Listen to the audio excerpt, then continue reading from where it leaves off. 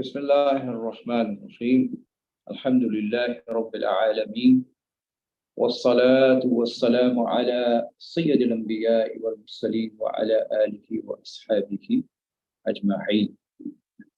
Dear listeners, viewers, students, Assalamu alaikum wa rahmatullahi wa barakatuh. Inshallah ta'ala, today we will be discussing a very important topic of unit number 7. That is the second lightly guided caliph. That is among the Khulafa Rashidun. That is Sayyidina Umar bin Khattab radiyallahu ta'ala. As you can see on the screen, his time period of his caliphate is from 13 AH up till 23 AH. And in AD, it is from 634 to 644. So that's for 10 years. 10 years, right? And remember that the time period for Sayyidina Abu Bakr Siddiq is only 2 years. Now, let's move on and see what else is there. So these are the questions which can be asked. So how Sayyidina Umar was appointed, this is a 4 marks question. And the wars and the conquests of the expansion in the time of Sayyidina Umar radiyallahu ta'ala anhu, this is a 10 marks question and a very, very, very important question. This question is very important question. So let me use the pen. This question that I'm talking about here is a very important question. Examiner loves this question. Then we move on to special services for Islam. To some extent, you've covered this in your unit number 4, that is First Islamic Community as well. And then we have government, system of government. Now, if you know administration of Sayyidina Umar radiyallahu ta'ala anhu, you can easily answer the system of the government. Then you can also write down the Muslim example for the Muslim leaders as well. And why are rightly guided caliphs called so-called? This is a 10 marks question and can also be a 4 marks question. This, you can easily answer that. And as far as this question is concerned, this is actually a generic answer in which you will consider all the caliphs. And then we have importance of martyrdom and importance of the caliph. This question is a 4 marks question, both of these questions. System of government, although not very popular question, but this can be asked as combined with the administration, and which can also be called as system of government, so forth. So these are the questions on the Caliphate of Sayyidina Umar radiyallahu ta'ala anhu. If you have any questions, you can write it down in the chat. And if you have any questions, you can write it down in the chat. And also, you can, let me see this. So you can write it down, the questions in the chat. And then we are looking at, there's another opportunity here that those of you cannot connect through Zoom, you can connect via YouTube as well. The link is there, so you can go there and you still have any question, you can ask that question in the YouTube as well. Right. So so these are the matters. These are the major questions regarding Sayyidina Umar radiyallahu ta'ala anhu. We're going to move on to the election of Sayyidina Umar radiyallahu ta'ala anhu. And excuse me. So let's move on to the next one. That is so what's coming next? So the next is the appointment as a caliph. We all know that Sayyidina Abu Bakr Siddiq radiyallahu ta'ala anhu, on his deathbed, issued the instructions. What? That appoint Umar radiyallahu anhu as second caliph. The entire community of the Sahaba wholeheartedly accepted that. And this is also an example of ijma. And also the election of Sayyidina Abu Bakr Siddiq is also an example of ijma. You pledge allegiance on the allegiance, that is bay'ah or oath, on Sayyidina Umar's hand. So Sayyidina Umar became the Caliph in 13 Hijrah, 634, and he changed his title to Amir al-Mu'mineen. We discussed that earlier, and that's truly the golden period in the Muslim history, second only to the era of the Rasulullah sallallahu alayhi wasallam. Then we talked about these, the wars and the conquests. So please make sure you remember these. So these are the battles which were fought with the Romans. So these battles comes on this side. So you got to know the Romans, which battles are with the Romans. So these are the battles, as you can see here. So the wars with the Byzantines, Yarmouk, Jerusalem, Egypt. And then we have towards the east, that is Namaraq, Huwayb, Qadisiyah, Madain, Jalula, and Nahwan. So if you notice, some of the words are capital.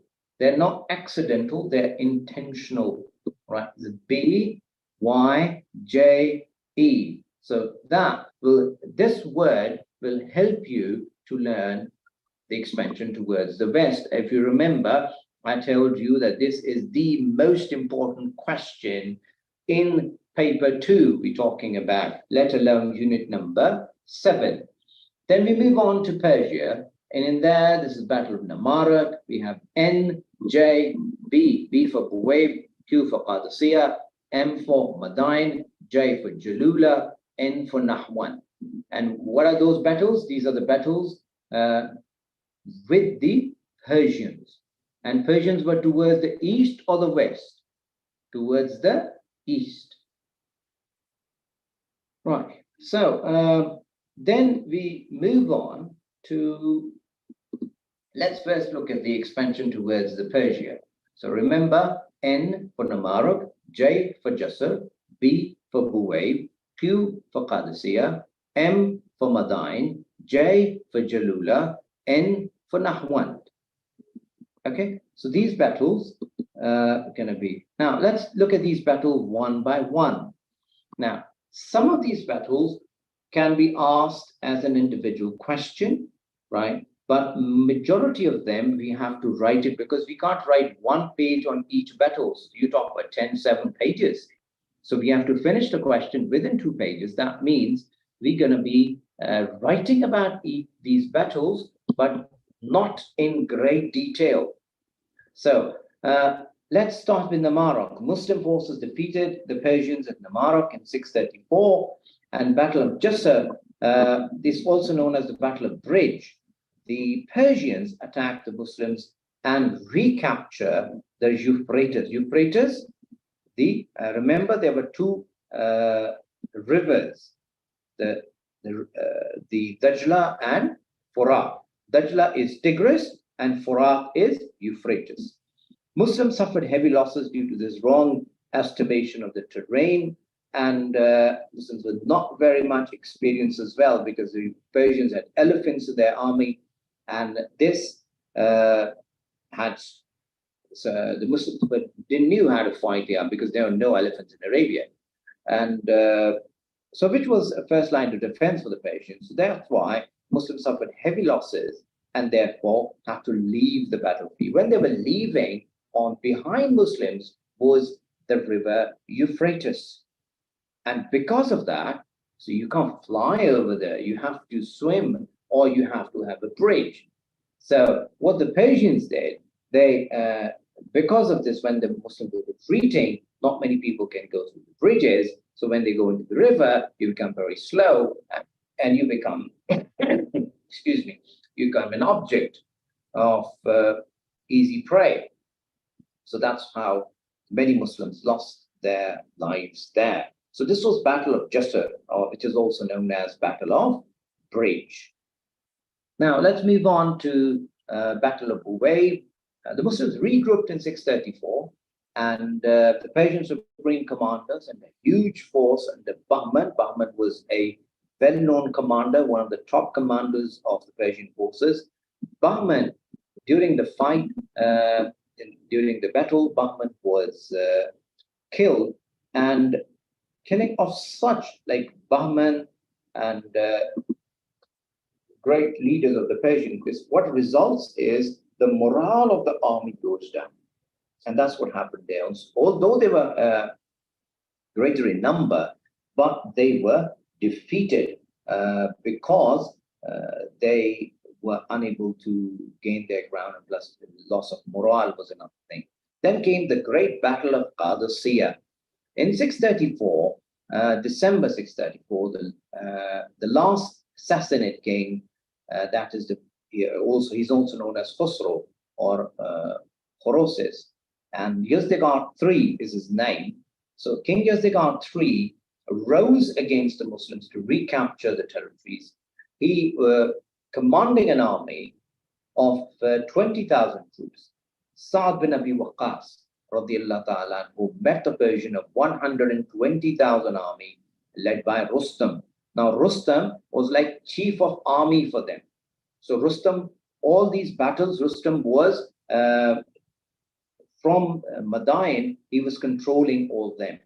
Now the time came, the king said, we're losing the ground, you have to go now. So he, being the supreme commander of the superpower, that is Persia, he came and he was leading the forces of the Persians of 120,000 army. Muslims gave them three options, as you know: accept Islam, pay jizya, or fight. So they decided to fight, and in that battle, which began in 635, Rustam was killed, and Muslims defeated the low morale Persian army, which proved to be a fatal blow to the Persian Empire. Battle of Qadisiyah is one of the well-known battles in the history of battles. And the Muslim, Sa'd bin Abi Waqqas, radiallahu ta'ala, he was not feeling well as well, but he still defended the Muslims well, and the offensive of the Persians. We move on next. Now remember, the Persians have suffered heavy losses, and they lost their hero. They lost their commander-in-chief, Rustam, in there. Next is Madain. Madain was one of the jewels of the world, because it was really a jewel, because it was the capital of the Persian Empire. Sa'd bin Abi Waqqas from Qadisiyah moved towards Madain, and to this capital with 50,000 troops. He laid a siege for several days. King Yazdegerd escaped to north. When the king came to know that it's evident they are here, they're going to capture, they are surrounding my territory or my city, the capital city. So the chances are that so the king fled.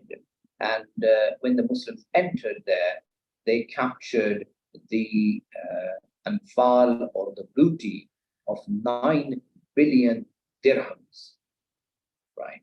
So now I hope you understand why I was calling Madain as the jewel of the world, because there was so much wealth in there, and there was one superpower of the world. Then we move on to Battle of Jalula. The Persian dug a ditch around, or a trench around Jalula. The surrounding town is a town near Madain, and the Persians, with huge food stock, fortified themselves in the city. And Sa'd bin Abi Waqqas radiallahu anhu sent Ka'qa. He was one of the commanders and a very dedicated soldier, and was praised by Sayyidina Umar radiallahu ta'ala. And the Persians came out at last and were defeated by Muslims. So which battle are we talking about? This is Battle of Jalula.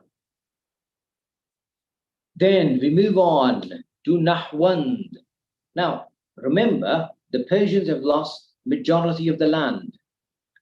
the Persian rebellion arose and 60,000 troops were mobilized in an attempt to weaken the Muslim dominance in Persia. Both the armies met at Nahwan. A fierce battle took place and the Persian troops were defeated. Yazdiga III fled to Isfahan, then to Kerman, and then to Balkh. And this is how the Muslim were able to, remember Yazdiga fled from Madain, then he fled to Isfahan. From Isfahan, he fled to Kerman. From Kerman, he fled to Balkh. This is the present day Tajikistan, Turkmenistan, and all these Central Asian states that we know. So that's where. So this was about that.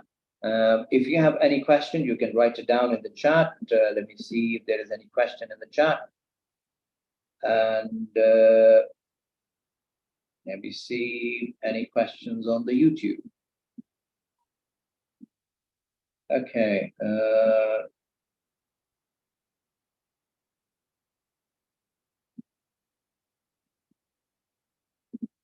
Okay, the people are waiting. Let me see the participants.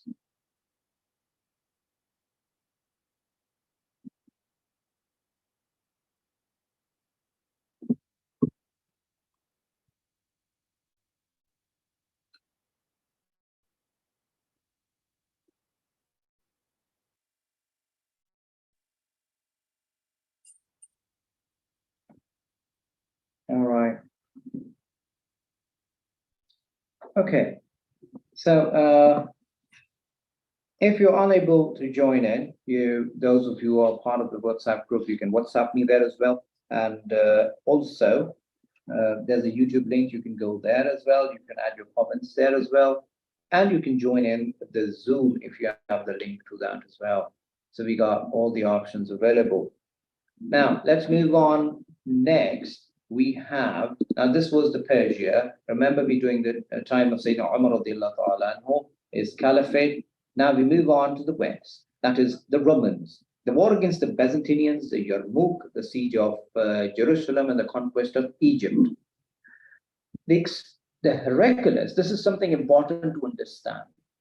The Hercules, or Hercules we call them as well sometimes, was in good relations with Muslims in the time of Rasulullah sallallahu alaihi wasallam. But the relations deteriorated when Abu Bakr Siddiq came as a caliph, and eventually resulted in expedition towards Egypt. Now, the war against the Byzantines, the campaign was launched to crush the rebellion. Remember, we talked about in Abu Bakr Siddiq's time. Usama bin Zaid radiallahu ta'ala anhu, he's also part of those expeditions as well, those rebellions that rose. Usama bin Zaid radiallahu ta'ala anhu crushed them.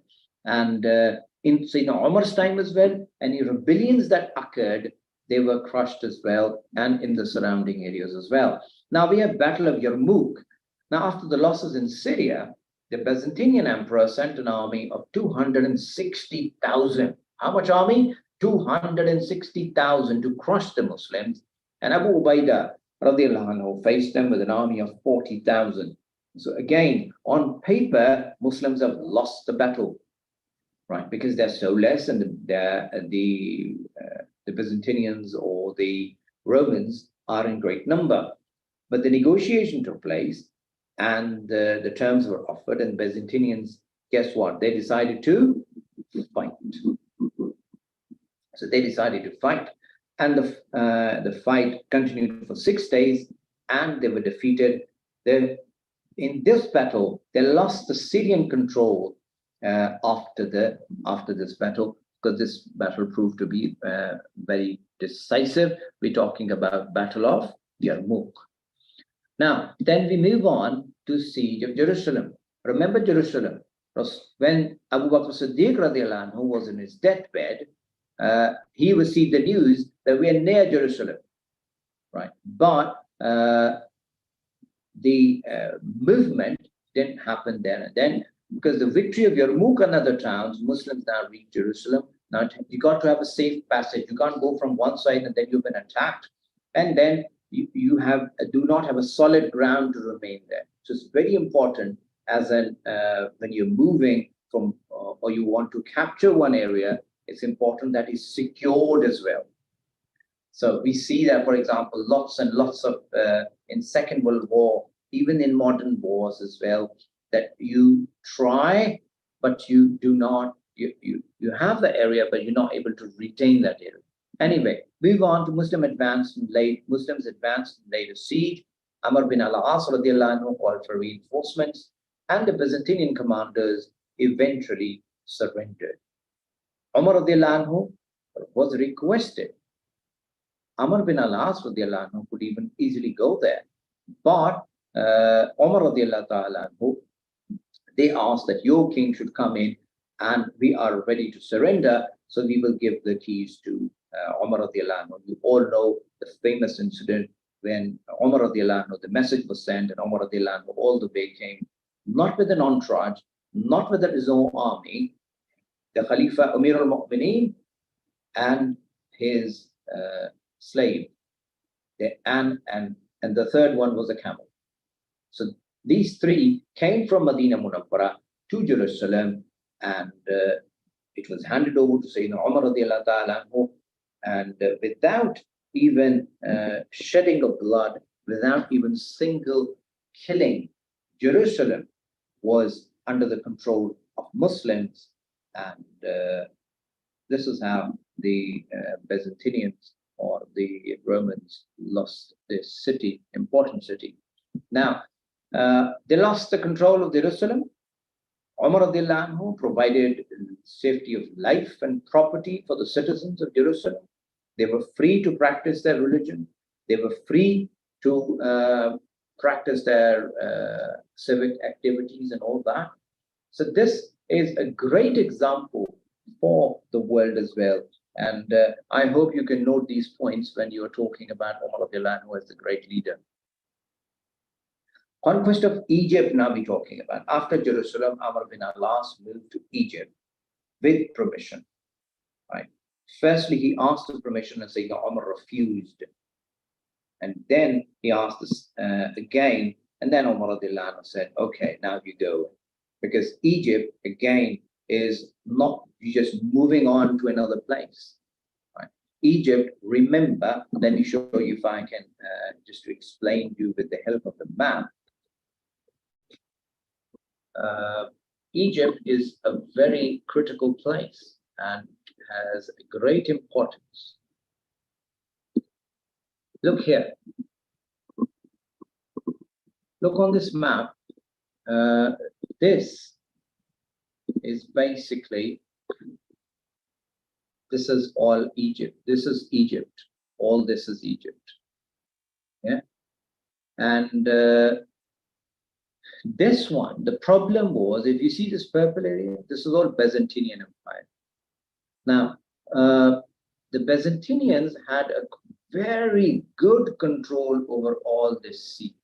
So anyone who comes from here, Byzantinians are in full control here. Anyone who comes from here via sea, Byzantinians are again in control. Now, if the Muslims move here and they try to control, what do you think? Where the Byzantinians immediately going to send the support, and the Muslims will be attacked from both sides. That is from the navy, by the navy, and by the ground troops as well. So this was a very technical thing which Sayyidina Amr bin al-As had to face, and the Muslims had to face while moving towards Egypt. Now, yeah, here we go. Yeah, that's better. So the Battle of Alexandria, that's the first. Alexandria is a metropolis town, even still there, and was also one of the centers of the world. Very important town, very historical town. Alexandria, the king, when Muslims moved, and they moved towards the first major city, that is Alexandria, the Egyptian king sent 50,000 troops, and Muslims had around 20,000 or so. Constantinople repeatedly attacked Muslims via sea to support Egyptians. You see that? the point I was referring to. Now, if they moved, the Byzantinians became active, right? And Constantinople, Byzantinians, because that's the capital of Byzantinians. And also, if you remember, I'm using the word Romans and Byzantinians because they had an agreement. They had an agreement that we will help each other, and they usually do. And also another factor which bound these two empires together was both of them were Christians, and Byzantinians were more, and that's why they were being respected and considered for as well. The Muslim forces defended the sea, and Heracles' death brought down a morale of the army very much down. We've seen this remember with Bahman, with Rustam, same happened with Heracles or Hercules. And so Muslims attacked and captured Alexandria. So we're talking about the expansion towards the west. And if you have any questions, kindly feel free to ask your questions. And if you have any questions on the YouTube, you can also ask me those questions as well. So I'm just seeing if there are any questions on the YouTube. Okay. Right. Now we move on to, so Alexandria, Muslims have captured Alexandria. Next is Babylon. Babylon, again, a very, very historical town or a city. Muslims attack Babylon in 641, and Babylon's history goes even before Christ. So such an old, many civilizations have come.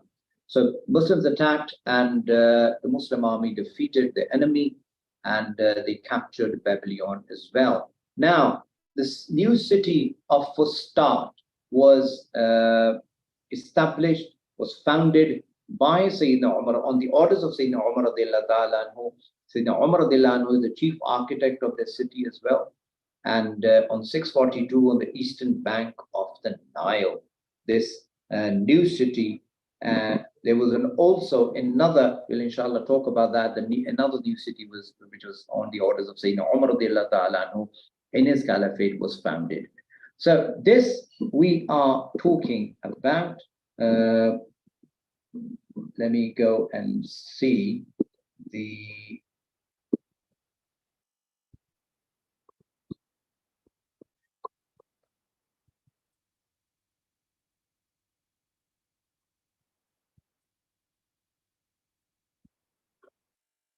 all right. So we have, so this is, now we move on. So this was the question we were doing. That is the events in the caliphate of Sayyidina Umar radiallahu ta'ala. Now let's move on. As I told you earlier, this is very, very important question. And also, so the name, the battles, and the facts are important to understand as well. The next one is martyrdom of Sayyidina Umar radiallahu anhu. There was a Feroz, a Magian slave, who was unhappy because Sayyidina Umar radiallahu ta'ala anhu, he had a case of taxation with his master. Feroz was a slave, and he filed a case against his master. Look at the justice system in the time of Sayyidina Umar radiallahu ta'ala anhu. And he was unhappy with the verdict of Sayyidina Umar, and Abu Lulu Feroz is his full name, openly threatened to kill Sayyidina Umar radiallahu ta'ala. If it would have been today, the modern leaders, he would have been arrested and would have been sent to unknown place. But look what Sayyidina Umar did. And certain people recommended to Sayyidina Umar that get him arrested, but Sayyidina Umar refused. Why? He said, you can't lay down the law that a citizen could not be arrested on the grounds of suspicion or perceived danger. What are we doing? We're doing the question, martyrdom of Sayyidina Umar radiallahu ta'ala. Then Umar radiallahu anhu, and the rightly guided Caliph had no personal bodyguards. We already talked about when he was coming to Jerusalem, he had no entourage with him, no protocols, etc., and no personal bodyguards. So Sayyidina Umar didn't have any, and that's why he was a little successful as well. And how he attacked Sayyidina Umar, he was leading the prayer. And if you remember, we talked about the Khulafa used to lead the prayer themselves. And although being the Caliph, being the ruler of such a great empire, they lived very simple life and led the prayers. And Firoz stabbed him with a poisoned dagger. And this is how, in the Fajr time, Sayyidina Umar was attacked. And because he was totally unguarded, and Umar radiallahu anhu finally martyred by Firoz, a Persian slave, on the 3rd of November, 644. So 644 is where Sayyidina Umar radiallahu anhu was attacked. And he also killed other worshippers there as well and tried to escape. But because he was in the first saf, so he could not go away. And finally, caught and he slit his own throat with his own dagger. Right. So the dagger that he used, the poison dagger, to which with which he attacked Sayyidina Umar radiallahu anhu, he himself. Now, Sayyidina Umar was extremely wounded, very severely injured. But his fearless attitude portrays his strong belief in Allah, that the giver and taker of life, the one who gives life and one who takes away the life, is Allah. That was his belief, right? And that is evident here. Now, although he's injured, so what should happen is he should go on his bed and should be taken care of there. What's happening is, although the medical support is being given to him, but his simple lifestyle and being the head of the largest empire in history was easily accessible and drove like an ordinary citizen. And he formed a six-man. Now he's working, he is thinking, he is acting, right? He formed a six-member committee and to decide who's going to be the next caliph, right? And he passed away because of those wounds, and he was buried alongside Rasulullah sallallahu alaihi wasallam and Abu Bakr Siddiq radiallahu ta'ala in Medina Munawwara. Now, so that was the martyrdom. Any questions, please? Feel free to ask me. Any questions? So on the Zoom, I don't see any questions. And on the YouTube, I don't see any questions as well. Okay. So let's move on. And the next question we're going to do is administration under Umar radiallahu ta'ala. Now, if you remember, I told you the government and administration of Umar radiallahu anhu is an example for today's governments even.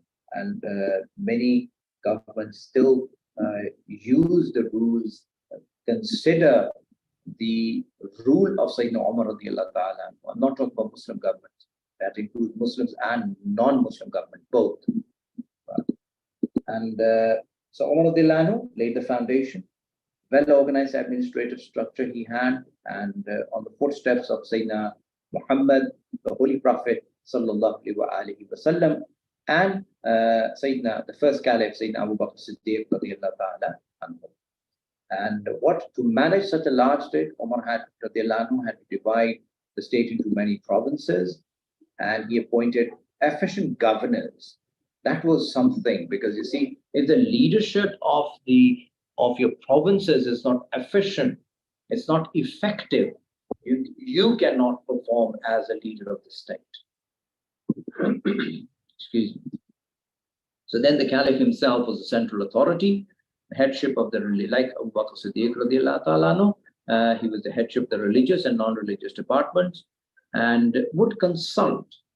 I focus on the word consult, right? People say that, often they take they're mistaken by this word, what it consult. Consult means you've asked someone, so it's their choice what they do. So they consult the shura in all important matters.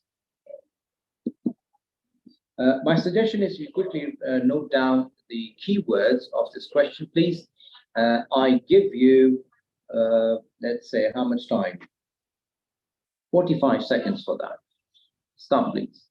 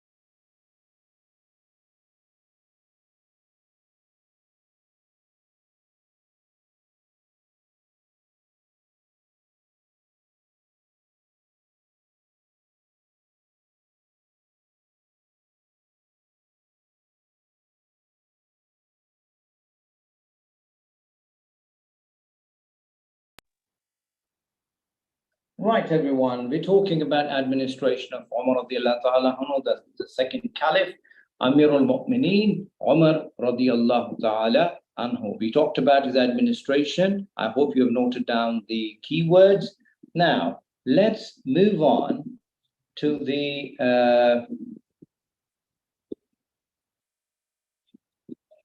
next one. That is, now each governor had an executive authority, and he was responsible. There were people to assist him. He had a number of officers, and remember, the governor is known as Wali, right? And so he had treasury officer, he had the revenue collector, the vigilance officer, and also he had the judge or the qadi. Now, that seems a normal thing. So what's the big deal in there? Right. So the big deal is that Umar radiallahu ta'ala anhu make sure that those people, qadi or the judges, maintain great level of justice. And no injustice is done with anyone. So this was something very great. And he had the provinces divided into districts, and which were then those districts were then managed by Ahmed. If you see, there is an organization which is evident in Sayyidina Umar radiallahu ta'ala anhu's administration. So everybody was responsible for something, and they had their. Bill क्या आपने हमारे साहब को 3,000 रुपये दिए, ठीक है, ये मुझे दे दिया हमारे साहब के कहने पर, से हमारा पर्सनल नहीं है हमारे साहब, ठीक है, ये क्या है come for Hajj, but these people, the governors, remember the governor of a province is under stress.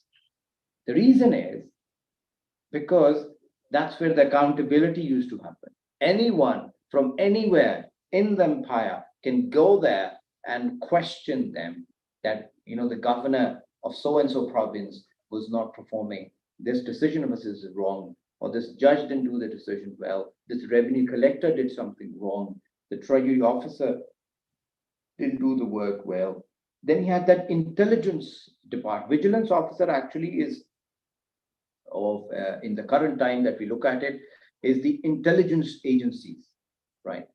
But in Sayyidina Umar's time, their purpose was not to harass people, right? Nowadays, unfortunately, their purpose is to collect, and to some extent, it's been all over the world one of the role they play. But at that time, the purpose was to find out how the things are being done and where the things are going wrong. And that information was then sent to Sayyidina Umar. And each province was divided into districts, and then districts, as I already told you, the amils, and then they were summoned, and all of them were paid handsome salaries to make them incorruptible. This was very, very important. Whoever is part of your team, you got to consider him, how he is doing his job, and is his basic necessities are being fulfilled or not. We moving onwards towards administration.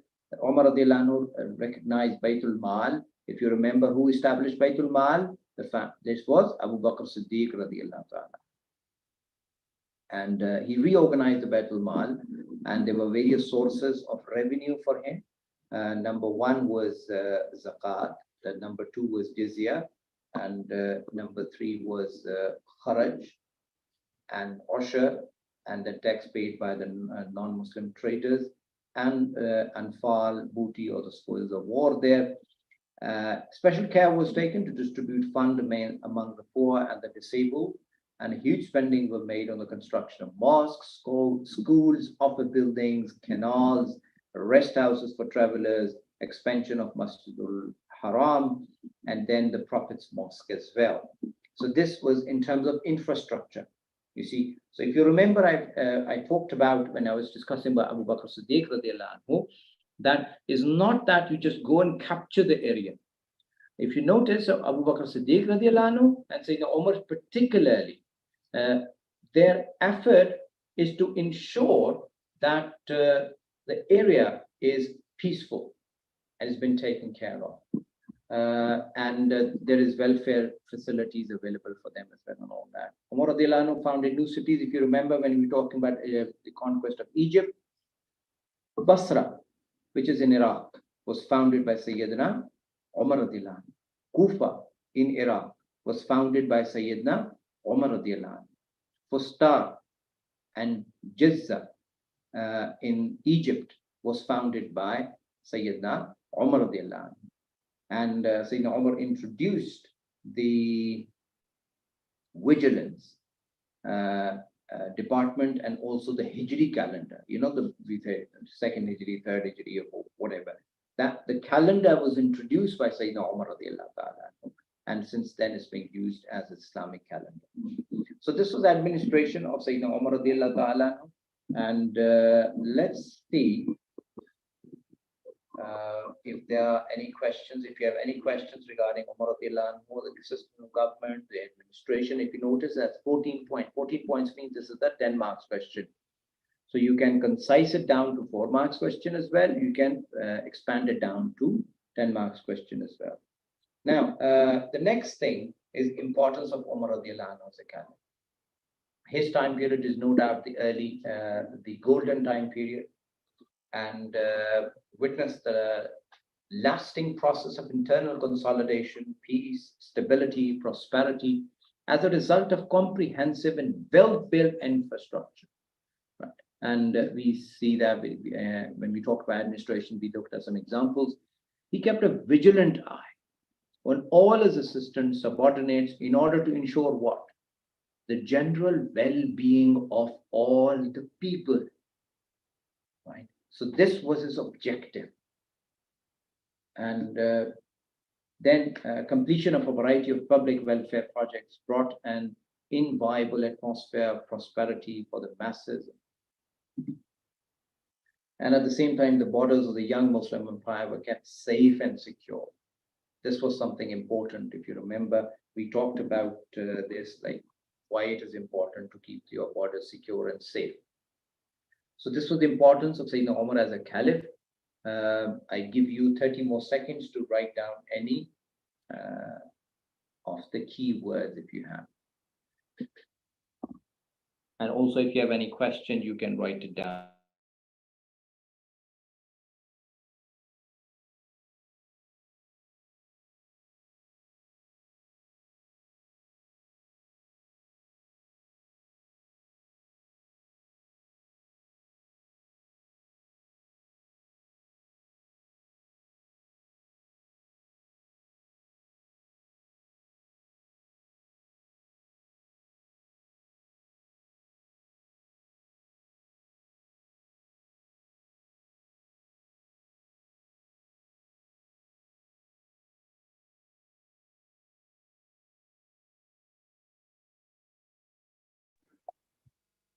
So we are going towards the end of our session, this session about Sayyidina Umar radiallahu ta'ala anhu. And the next thing is the questions you get. We've already talked about expansion of Sayyidina Umar radiallahu anhu. We've talked about the administration of Umar radiallahu anhu. We talked about the importance of Umar radiallahu anhu. We talked about the importance of martyrdom of Sayyidina Umar radiallahu ta'ala anhu. And also the election of Sayyidina Umar radiallahu ta'ala anhu. So let's see what is next. We have two questions I would like to discuss. Now, number one is this. Quickly write down the keywords, please. Importance of martyrdom of Sayyidina Umar. It's a 4 marks question. Remember, he has no security card. He refused to have them. He was threatened by Abu Shiroz. He knew Shiroz wanted to him, but still refused to keep them from and take action against someone on the ground of suspicion.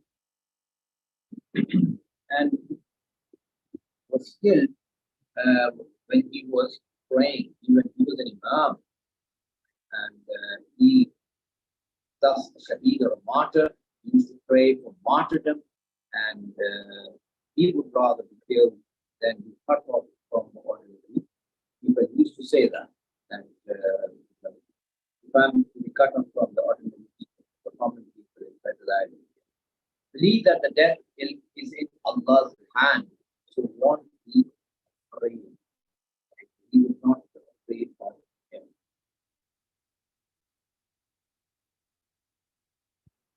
Plus, he was a trained soldier, a great warrior, and a great administrator, and a great thinker, and a strategic thinker. The one see the history that Umar radiallahu ta'ala was once when Basra was about to be made, he made the map of the Basra on the map that he gave to people is on the sand. He was such a genius, Umar radiallahu ta'ala. And then we have the question where I've been saying this again and again, that is, why are the rightly guided caliphs so called? Number one, they were predicted by the hadith that they will be 4 caliphs. That will come after the Number two, their simplicity, truthfulness, and honesty is something which is above par. And it's not that they claim it, the people say that based on this, you deserve to be the next leader. Then the sense of responsibility they have was immense. We have many, many examples for that. Please quote an example if it's a 10 marks question. We quote the examples for different the services for the people, God-fearing attitude is there as well. Remember, the fear of God, the fear of Allah, and responsible to Allah and answerable to Allah. So this was there in the minds of Sayyidina Abu Bakr, Sayyidina Umar all the time. Right? And the other Khulafa, Sayyidina Ali or Sayyidina Uthman. The government administration, the fiscal system, they were very strict.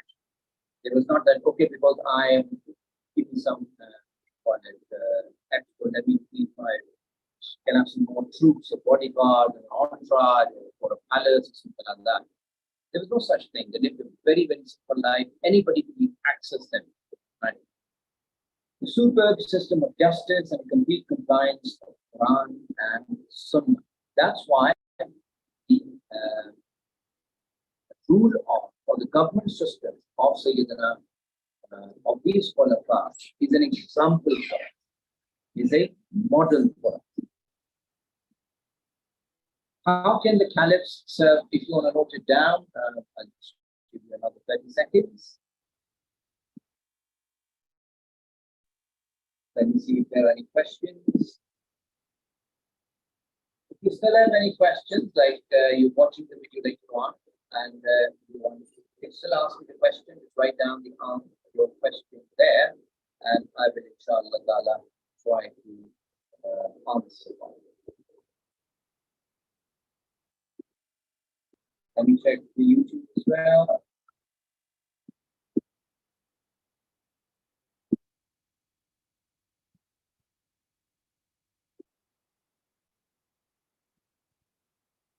Okay.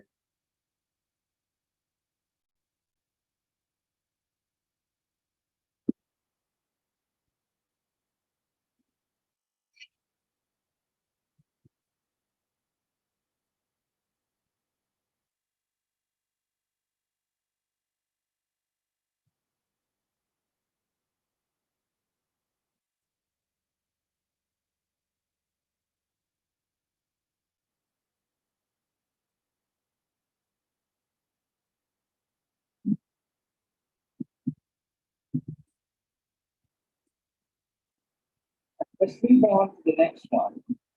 That is the, how can the Caliph serve as an example today? Right? Are they valid? That they are 1400 years old. That means they're no more valid. No, that's not the criteria. He established a system based on the Quran and Sunnah. The fair and just rulers were there. They were not greedy for power. Remember, Sayyidina Umar was offered to be the Caliph for the first time.